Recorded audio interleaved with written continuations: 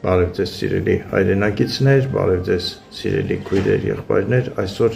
ես անդրադառնալու եմ շատ կարճ 3 Գոհար Մելոյանի արած սկանդալային հայտարարությանը։ Սկանդալային, որովհետև Գոհար Մելոյանը կարծում է, թե ինքը, եթե պատգամավոր է ընտրվել, կարող է խաբել ժողովրդին, հայտարարելով, որ օրինակ Գիրանցը անկլավ է եւ սահմանազատման արդյունքում հանձնվել է այլ պետության։ Գոհար Մելոյանին ես եւ իր խմբակցության անդամներին հրավիրում եմ Գիրանց առաջիկա շաբաթ եւ կիրակի օրերին, ես նրանց հետ էքսկուրսիա կանցկացնեմ, կբացատրեմ ինչ է անկլավը, ցույց կտամ Գիրանցը, կպատմեմ նրա հազարամյա, երկհազարամյա պատմության մասին, մանրամասներ կներկայացնեմ եւ առավել շատ կանգնեմ սահմանազատման գործընթացին ու կպատմեմ ու կբացատրեմ, թե ինչ էր լինելու Գիրանցի եւ հարակից գյուղերի Տավուշի մարզի հետ, եթե հանկարծ հաղթեր անառողջ բանականությունը։ Գոհար Մելոյանը երևի չգիտի, որ ինչու սահմանազատումը սկսվեց Գիրանցի հատվածից։ Բանն այն է, որ 90-ականներում տեղի ունեցած պատերազմական մարտական գործողությունների հետևանքով կամ արդյունքում սահմանային փոփոխություններ են տեղի ունեցել, սկսած նոյեմբերյանից վերջացրած մինչև Գեղարքունիք։ Եվ հենց Գիրանցի հատվածում էր, որ ադրբեջանական մի քանի բնակավայրեր կիսով կամ մասամբ հայտնվել էին հայկական ուժերի վերահսկողության ներքո։ Եվ խաղաղության գործընթացը ամրապնդելու համար այդ բնակավայրերը պահելը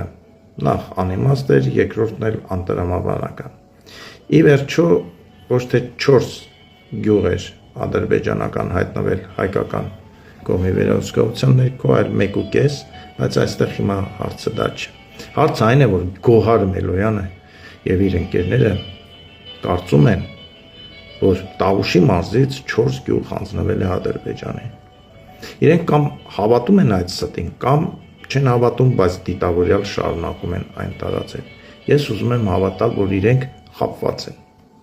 Եվ իրենք իրոք չգիտեն ինչ է անկլավը, ինչ է սահմանազատումը եւ թե ինչ եղավ Գիրանցում 24 թվականի ապրիլ, մայիս, հունիս ամիսներին։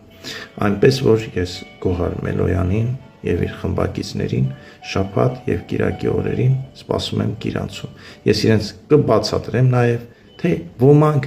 ինչ երազանքներ ունեին Գիրանցի հետ կապված եւ ինչ պլաններ ունեին Գիրանցում սահմանազատման ձախողման հետ կապված։ Կբացատրեմ, հուսով եմ կհասկանան, բայց ես կարծում եմ, որ Գոհար Մելոյանը ճիշտ կանի, որ մանդատը վայր դնի, որովհետև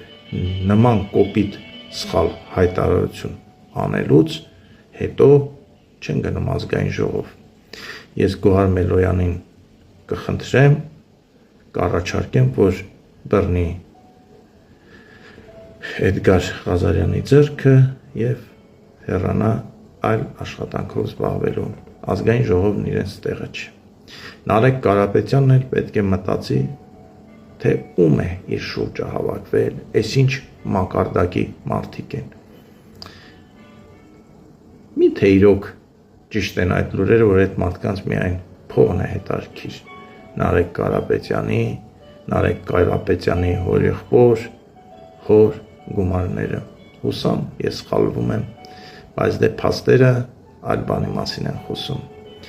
Այսքանը ես Գոհար Մելոյանի եւ իր խմբակցության ընկերներին շաբաթ եւ կիրակի օրը սպասում եմ Գիրանցում։ Լավ եղեք, շնորհակալություն։